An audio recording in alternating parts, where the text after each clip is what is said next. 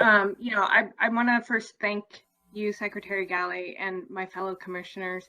We knew when we started our work as a commission that if we did not fundamentally change our fragmented healthcare system, it's a system that allows profit-driven insurers and profit-taking healthcare corporations to thrive at the expense of Californians, that we would pay the price with our health and with our lives.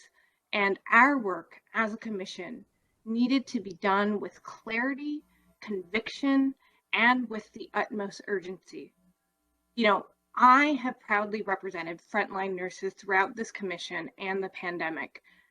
Nurses who dedicate their lives, and far too many of whom have paid with their lives to care for Californians and people across the country. And I have seen that I owe it to them to push and help our state to meet nurses' consistent demand for decades that healthcare be recognized as a right for all, regardless of ability to pay, without being tied to a job or immigration status, and regardless of whether an insurance company deems us to be a liability to corporate pocketbooks. And, of course, I know that not everyone on the commission has had the same perspective as me. And, I know that we have disagreements on the details. But I am a steadfast supporter of single payer.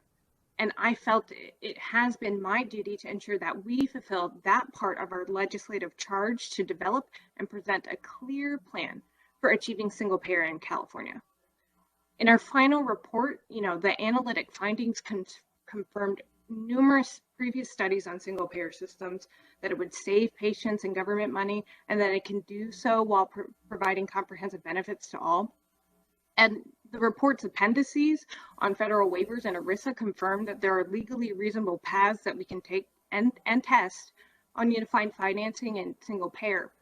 And of course, like everybody else has said, the community engagement report confirmed that low-income Californians overwhelmingly support a single government-run healthcare system, and they support replacing premiums, copays, deductibles with progressive taxation to get us there. While our report highlights many of these things that we already know about single payer, the steps to get there, as others have described, are muddy at best. And I think the report falls short of presenting clear, concrete, formal, not informal actions to get us to single payer. And I think, the simplest way to describe it for me is that we bury the lead on single payer and its benefits. The report scarcely uses the phrase single payer at all. And instead, we do this implicit reference to it through the direct payments model. And without listening to the dozens of hours of very, robust conversations among all of us, without listening to those, you might not know from the final report that single payer was even ever discussed fully in commission meetings. I recognize that a lot of people made a lot of contributions to the draft of from the draft of the report, and that there are improvements. But at the end of the day, the commission's use of the term unified financing and other key terms, because we lack definitions, has always been opaque. And a major issue with our work is that we never came to a clear understanding of what certain things are, particularly the so-called intermediary option. And like I've said multiple times, I continue to underscore that a system that includes a role for health plan intermediaries is not and should not be considered unified financing, because fragmentation in the financing would continue. But the report conflates single payer systems with health plan intermediary systems under the umbrella term of unified financing. And fundamentally, without clear definitions of single payer unified financing, we cannot have a clear path for achieving them. A few more points that I want to highlight is the report confuses some reforms, some of which we didn't discuss at all, of our current system as prerequisites to unified financing. Some reforms can be done at the same time. Other reforms may be more effective after we have a single payer system in place, or yet others described in the report would be obsolete if we had a single payer system. And, I think as a commission, we also haven't given recommendations to the legislature, despite discussions about needing legislation to obtain federal waivers.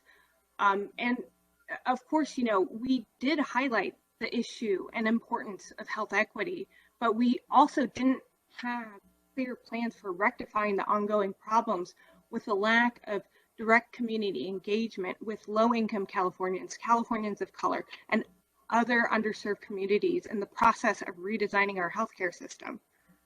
All of this is to say that, I see a lot of procedural problems and structural problems in the final report, among a lot of other things that I highlighted in my survey comments. And I cannot with full confidence agree that we've met our charge as a commission. So I just want to let you all know that I will not be voting to transmit the report. But I am still hopeful that the state of California acts with urgency and takes decisive, effective, formal steps to lead our state and our country to single payer. The final report falls short of providing the necessary ignition that starts us down the road to universal healthcare for all under a single payer system. I of course, am truly and deeply appreciative of all of my colleagues on the commission. I absolutely, appreciate every conversation that we've had. But I also want to recognize, and I am truly in awe of the dedication of the members of the public who have stepped up in the past 2+ years as a movement to sincerely answer every question and concern about policy, about the policy of single payer that has been raised during this commission. And I think together we will keep on fighting to ensure that California acts urgently to transform our profit-driven healthcare system, our fragmented health insurance system, into a single payer system that prioritizes patient care where everyone is finally in and nobody is out. And with that, I want to thank you all again. I deeply appreciate all the work everyone has done, and thank you.